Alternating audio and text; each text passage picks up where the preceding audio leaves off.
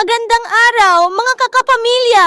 May bagong chika tayo mula kay Carlos Agassi, isa sa mga dating miyembro ng all-male group na The Hunks. Kung na-miss nyo sila, aba, tunghayan ang latest kwento ni Carlos tungkol sa kanyang mga ex-kagrupo. Sa isang TikTok video na ipinost ni Carlos nitong weekend, sinagot niya ang tanong kung nagkikita pa sila ng mga dating kagrupo niyang sina Jericho Rosales, Piolo Pascual, Dieter Ocampo at Bernard Palanca. Ayon kay Carlos, kaya nga nabuwag kasi gusto ng kanya-kanyang career nung iba.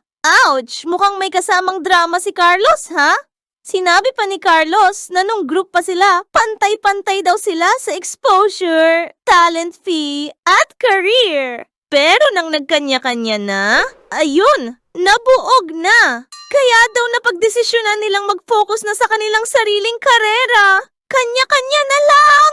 At may personal na kwento pa si Carlos. Naalala niya na nung 2022, nang siya'y mapilayan sa basketball, wala raw nag-check sa kanya. Ayon sa kanya, kahit nga nung napilayan ako, wala nang nag-check sa akin. No one had his back. Pero hindi raw siya galit. Ganun talaga ang buhay. Aniya?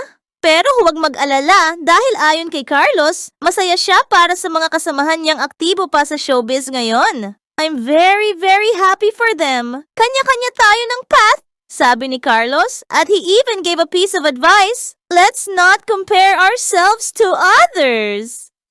Kaya kahit hindi man siya kasing active sa showbiz, si Carlos ay abala ngayon sa social media, sharing his fitness tips. At least may purpose siya, di ba? Kung hindi man siya nakabalik sa TV, at least natutulungan niya ang netizens na mag-improve ng kanilang katawan. Ang importante, masaya siya sa kung anong meron siya ngayon. Kasi nga, ganun talaga ang buhay, di ba? And that's showbiz. Hi guys, this is Ana Policarpio. If you find this video informative, please hit like and subscribe.